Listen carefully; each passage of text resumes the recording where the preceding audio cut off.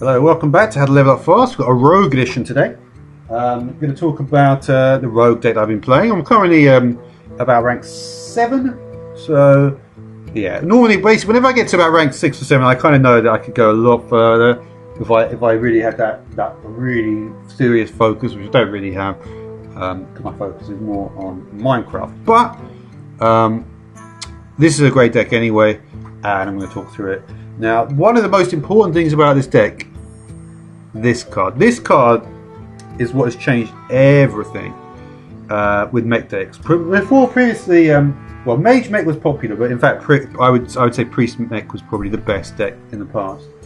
I never liked Mage Mech. I suppose maybe I just don't like the ones that are really famous and popular. But this card is sick, though, basically, because this card can do all sorts of things.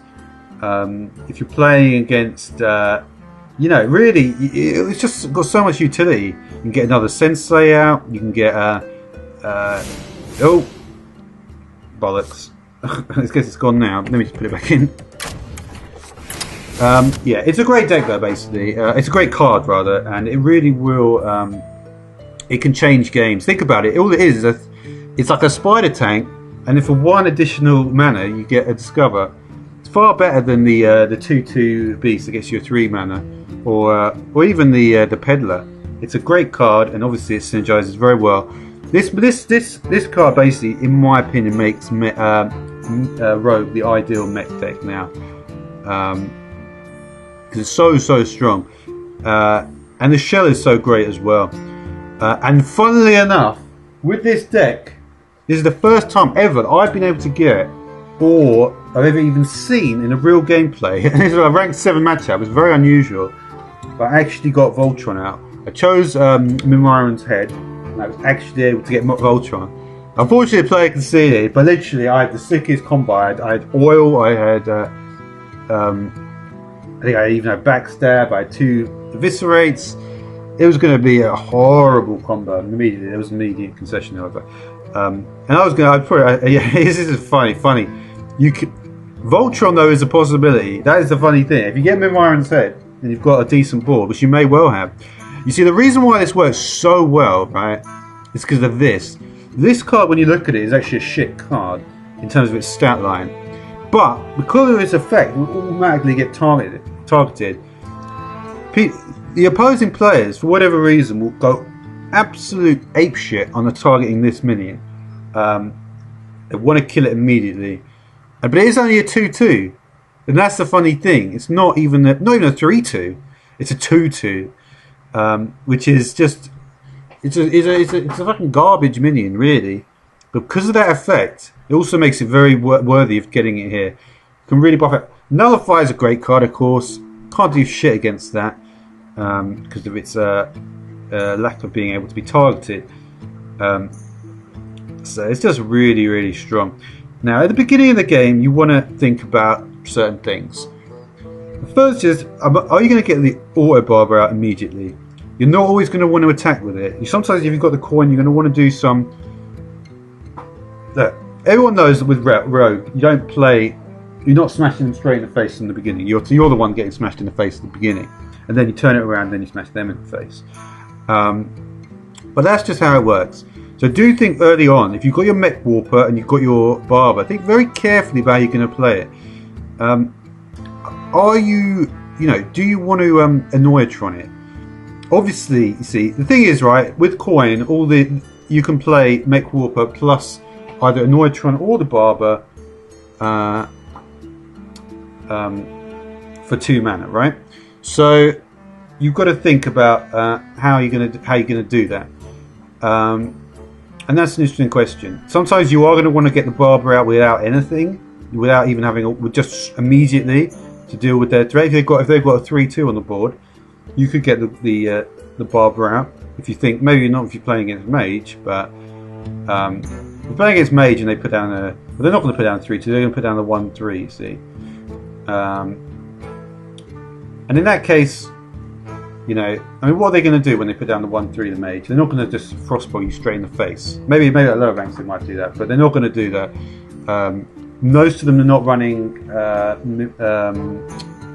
the 2/02 taunts either, so that's good. And yeah, so there's a lot of pretty good cards. You see, the thing about this is the shell of it, even though it's a mech deck, the shell of it does, you're going to see, you know, classics like Backstab, classics like SI7, like Blade Flurry, like Deadly Poison. Deadly Poison is always going to be strong. And yeah, got to be careful with the Reno decks though. Got to say, this deck is designed to just to beat the opponent down. You don't want them coming back from a very low health situation, so you may want to hold on to the big combo with the big oil combo until the very end. Maybe a good idea. Band of Nine is of course very, very strong.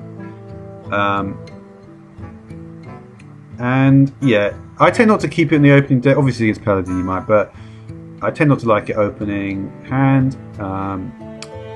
Yeah, it's not so good. Harvest Golem is actually very, very good in this deck. Because often if you've built up a half decent ball with, you know, Neutrons, Barbers, Warpers, Golem, the Golem, the 2/1 damage Golem is one of the only things that's often still standing afterwards, and it can still do quite a lot of damage. So it's good. Skulker, of course, is a great card. You know, it just gives you that little extra damage just to knock off a slightly more difficult minion. You can easily imagine playing that against Druid of the Claw or something, and then finishing it with the Party Shredder or something like that. Party Shredder, Gorilla Bot. Yeah, I mean, realistically, the cards I choose are either Shredder. I do like choosing the Sensei though. If you've got two of these out, it can snowball very fast. Without area of effect, they're literally using everything they've got to get rid of these 2/2s. This card really has come into its own recently. It really has become very, very strong. And of course, typical play lower Theb when you're by the time you play lower Theb, it's actually, I mean, look, the thing is, right, by the time you play lower Theb, if you've won, you've won, and then that's it. But it can also work quite well defensively. Yeah. But there's just a lot of good cards in this. It's a very fun deck to play, very good deck to play. Yeah, and of course, when you only got one Blade Flurry, you don't just waste it on crap. It depends. You can sometimes waste it on crap. If you're playing against certain decks, you may just be able to get it okay with just Deadly Poison. But I'd rarely Blade Flurry with just 3 attack on it. Of course, you just have to hold on to it. I mean, they might have Ooze, they might have Harrison Jones, but you have to hold on to it most of the time before the Blade Flurry to get that optimal value. Alright, thanks a lot.